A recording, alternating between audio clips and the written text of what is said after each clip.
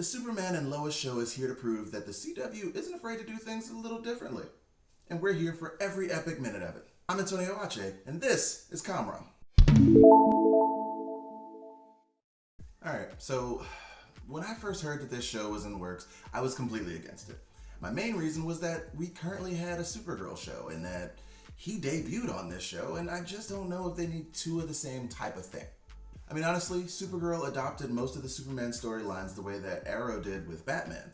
The CW didn't have access to the Trinity at the time, so they did what they had to, and there was nothing wrong with it. But for them to try and make two Kryptonian shows weekly and not be repetitive or increasingly ridiculous in how much they contradict each other, I didn't think that was going to work.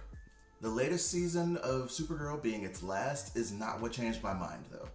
That pilot of Superman and Lois came out the gates making Supergirl look like a middle school production.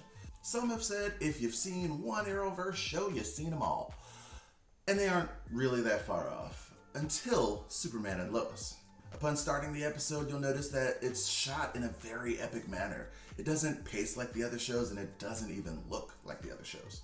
The main thing that changes this from being just another tale of the Kryptonians is the fact that this is a story of Superman being a great hero and a so-so dad as he braves the uncharted waters of fatherhood. They even go as far as to have his interaction with his troubled child be accompanied by the song Flake by Fiddler, which shows that he hasn't exactly done his best to split time between the Cape and his kids. The sons, Jonathan and Jordan, have your usual sibling squabbles, but I appreciate the fact that when the chips are down, they're there for each other. You know, like any real family. We're definitely in for an angsty teenage coming-of-age story, unlike Smallville, since they are second-generation supers and the writers took inspiration from shows like Friday Night Lights. Now, even though we're only one episode in, I am already singing the show's praises, but I wouldn't be me if I didn't acknowledge all of the cons that came with it. Well, some of the cons. Let's just do some of them. You ready? Let's go. The first heroic feat we see is Superman stopping a nuclear reactor by cooling it with the world's largest ice cube. Okay, so I'm not a scientist, but I really need Kyle Hill to debunk or confirm the ridiculousness of this task because it seems oversimplified. Next, I do not need to see any more depictions of the death or funerals of the following fictional people: Martha and Thomas Wayne, any of Kal-El's parents on Earth or on Krypton, and of course, Uncle Ben. We get it. They did. There are shots showing as Superman proposed to Lois in the Fortress of Solitude, but he didn't think to bring his super advanced spacecraft crib there? Oh, okay. Now that makes sense. We're picking up this story from well into Superman's career. Why is he just flying straight to his house like an amateur? I get it, you fast and everything, but we see you.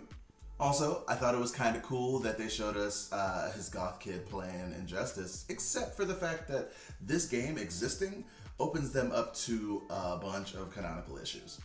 I enjoyed this episode, and I will be tuning in to see how the rest of the season turns out, but of course, I have questions. Is this supposed to be present day, or is this taking place in the near future? Are we going to see the makeshift Justice League that they formed at the end of Crisis, or at least a visit from Cousin Kara?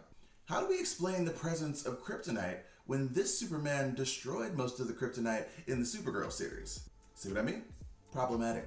All of that being said, I'm intrigued by this show and who that villain is. Although I'm calling it now, he is definitely a descendant from either Lex or Lena's jungle fever-fueled future. Well, until the next time that one of the CW shows visually shits on the rest of them, I've been Antonio Ache, and this is Comrom, where we do nerdy reviews with the occasional booze.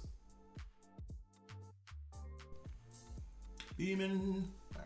And then old man can get him upstairs. And the writers took inspiration. You know the word. From Lex or Lena's jungle feud. Jungle fever feud. Jungle fever. She's got jungle.